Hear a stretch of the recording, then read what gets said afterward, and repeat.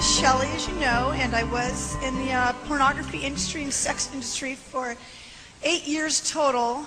The 6 years was spent in prostitution and stripping, and 2 years were spent in the porn industry, and I suffered greatly. A lot of people think it's glamorous, but I'm going to talk to you tonight about that. It's not glamorous at all. In fact, right now, God has called me to ministry to the women in the porn industry and sex industry. And what is very crazy is they have the same background I do. There's a few differences, but most of us grew up without having a close relationship with a father. Our parents neglected us. A lot of us were raised watching TV. A lot of us were sexually abused. Some women had it much worse than me and had alcoholic parents. Uncles had molested them. You should hear some of the stories I hear. I haven't met a girl yet in the porn industry or sex industry that hasn't had some kind of neglect or abuse in her background, a substantial amount. In fact, I'm starting to get a little edgy, and I start to tell people in the adult film industry, go ahead, just show me one. Just show me one girl who came up with a healthy, happy childhood and has her parents raised her to be a champion in life. Show me, where is she at? Because she doesn't exist. I'm that confident that everything I speak tonight is 100% the truth. Been there, done that. And anybody who tries to tell you they love it, watch this. I love it. I love having sex. I love being a porn star. Yeah, I'm a pretty good actress, and so are they. They're lying to you. Because you know what? They can't face the reality. They're stuck and trapped in an industry, and it's very hard to get out. But not impossible. I'm going to share a little bit of my background with you, and then we're going to talk about what the industry is like and the truth about pornography, and then we're going to talk to you about my favorite subject, which is the grace and mercy of Jesus Christ, and the reason I'm standing here, even breathing, able to talk to you. When I was a little girl, I was raised in a pretty middle-class home. I had parents that weren't bad people, but they did neglect.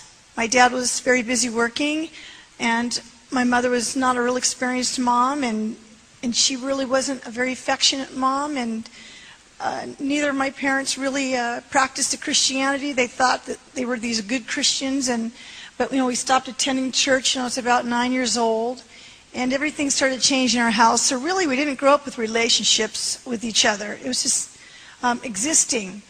Basically, I was raised on television. My mom even said, "This is the best babysitter." And so Jack Tripper and Lucy Ricardo became my new parents. Ooh,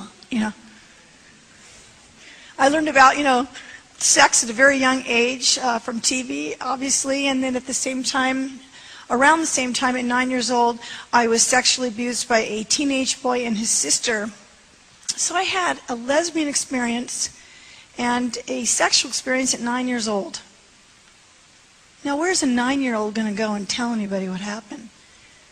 70% of women in America are sexually abused as children. That's a huge number. That would explain the pornography industry now, wouldn't it? In fact, there's women in this room, and even men, who've been sexually abused as children and haven't healed from it.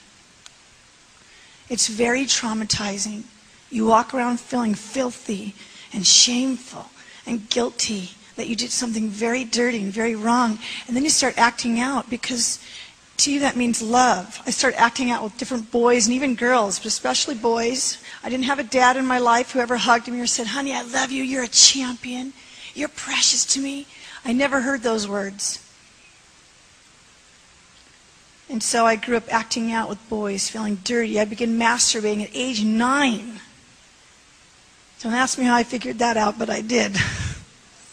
We can figure how stuff works, can't we, as kids? But I began doing that on a daily basis, introducing other little kids on how to do it. I was definitely acting out, which I found out after recovery that was actually very normal for a child who was sexually violated. At the same time, I don't know if you guys, I'm a little bit older, I'm going to be 40 this year, but we were on TV, had just come out, which is kind of like Select, or kind of like HBO nowadays that we have. So we got violated by pornography would come on late at night, or You know, we were kind of just exposed to things we shouldn't have been exposed to. And can you imagine how much worse it is now? In fact, the largest group for viewing online pornography is ages 12 to 17.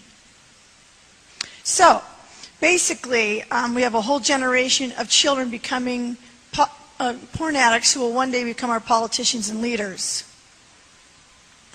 Well, you can already look in politics and see what's happening with the government, right?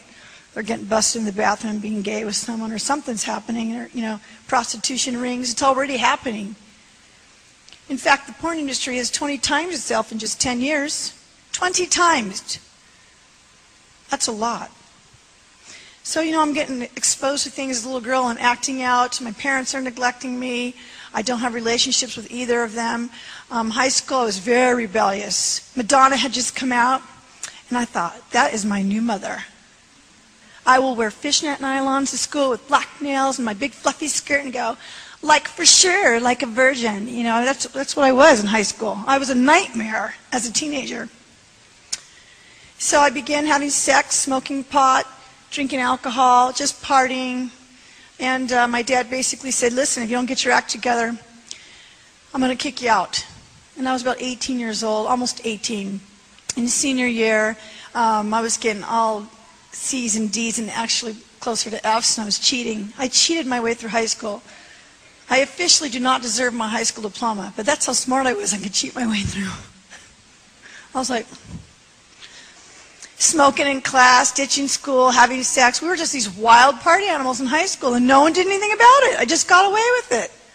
I got 3 girls, and one of them is here tonight, and I guarantee you, well, she wouldn't even do that, honey, but she wouldn't get away with it if she did. You know, I pay attention to my kids. I love them. But a lot of parents, they just ignore their kids. Look at them walking around today. You know, you can look at today's kids. I just went to Disneyland since I've been down here. I saw a girl wearing a bustier. I had to hold my tongue so bad. If I hadn't been with my little girls, I would have put my arm around her and said, honey, why do you dress like that? Why are you wearing your underwear to Disneyland? I wouldn't have said that. I would have shown her love. But I wanted to say something. I'm like, dang.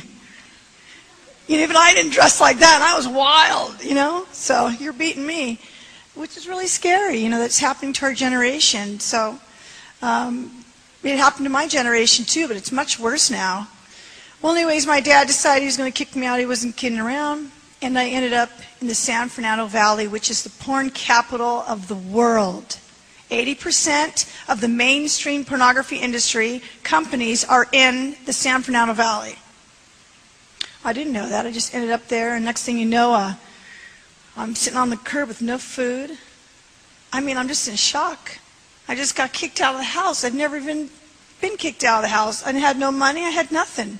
I didn't even have a driver's license because it was suspended from having about, I don't know, 5 or so or a handful of tickets, which I always crumbled up and threw away. That's how rebellious I was. My mother would try and, like, she never spanked me. See, I never had any discipline as a child. So by the time I'm a teenager, I'm the teenager from hell.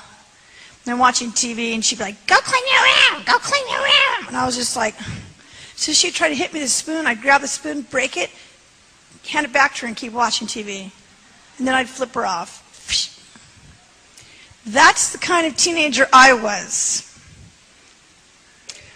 But you know what? That's why I have so much compassion for teenagers nowadays. When they act like that, I'm not mad at them. Where are their parents? Where are the fathers of this world? I want to know where the fathers are at. A lot of you know what I'm talking about. Well, the pimp became my new father. For the first time ever, an older man put his arm around me and says, honey, it's going to be okay. I'll help you. I'm like, oh, Jesus has come to save me. See, I knew Jesus when I was little, and I prayed to God, oh my gosh, what has happened? I'm out on the street. I have no place to live, no food, no money. I don't even have a driver's license. I don't have a car. I don't have anything. I have no resources. And this nice man came along and said, honey, I'll help you. And I just cried in his shoulder, and I just wept. You know, I just was like, oh, it feels so good. And his arm was around me. And it was like, oh, the dad I always wanted. I just wanted a hug growing up. I just wanted to feel special. And the pimp made me feel very special.